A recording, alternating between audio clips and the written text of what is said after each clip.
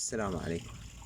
تقليم الأشجار والياس والأشجار بشكل عام مهم جدا، يؤدي إلى نمو جديد وسريع للنبات.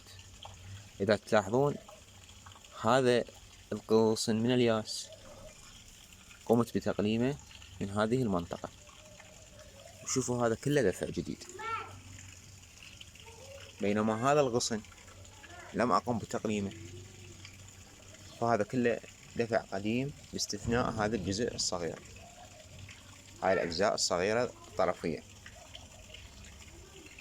في حين إذا تشاهدون النمو يكون أكثف